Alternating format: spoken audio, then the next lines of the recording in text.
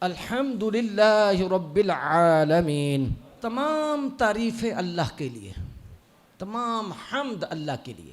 اس میں دو چیزیں ہم نے سیکھنی ہیں، حمد میں اور شکر میں کیا فرق ہے؟ شکر علادہ ہے، حمد علادہ ہے۔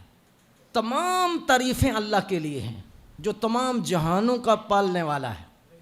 اب اس پہ قرآن مجید ہم جب پڑھتے ہیں تو ہمیں تفاوت نظر آتا ہے۔ اس میں یہ چیز ہمیں نظر آتی ہے کہ جب تعریفیں اللہ کے لیے ہیں تو پھر وہاں پر تو بندوں کی تعریفیں بھی ہیں، نبیوں کی تعریفیں بھی ہیں، ولیوں کی تعریفیں بھی ہیں، حتیٰ کہ اس چیونٹی کی بھی تعریف ہے جس نے سلیمان سے کلام کیا۔ سماوات کی تعریف ہے، ارض کی تعریف ہے، جہانوں کی تعریف ہے۔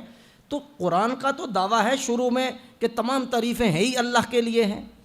اگر یہ ہو جاتا، اگر حصر نہ ہوتا تو پھر گنجائش ہوتی کہ تمام تعریفیں بھی اللہ کے لیے ہے، لیکن یہ نہیں ہے، تمام تعریفیں ہی اللہ کے لیے ہیں۔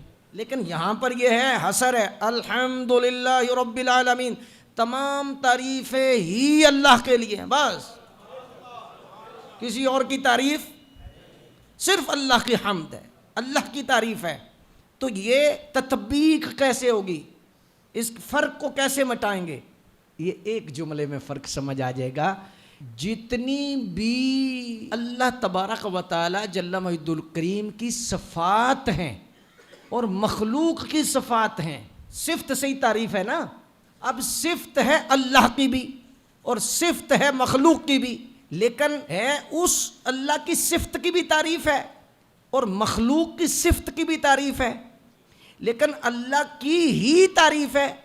کیا فرق ہے کہ صفت حقیقت میں ہے ہی اللہ کی اور مخلوق کی صفت ذاتی نہیں، اس کی عطا کردہ ہے۔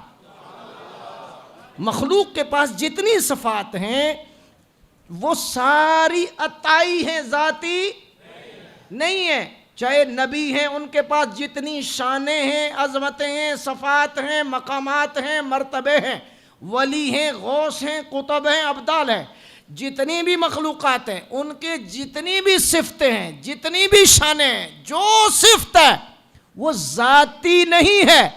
ذاتی صفات صرف رب کی ہیں اور رب نے عطا کی ہیں۔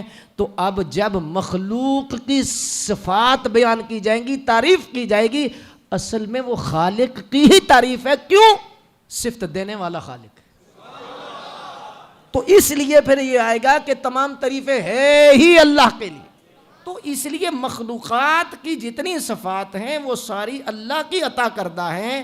تو اب ظاہر ہے کہ جب مخلوق کی تعریف کریں گے تو ہم خالق کی ہی تعریف کریں گے، کیونکہ چیز کی تعریف اصل میں بنانے والے کی تعریف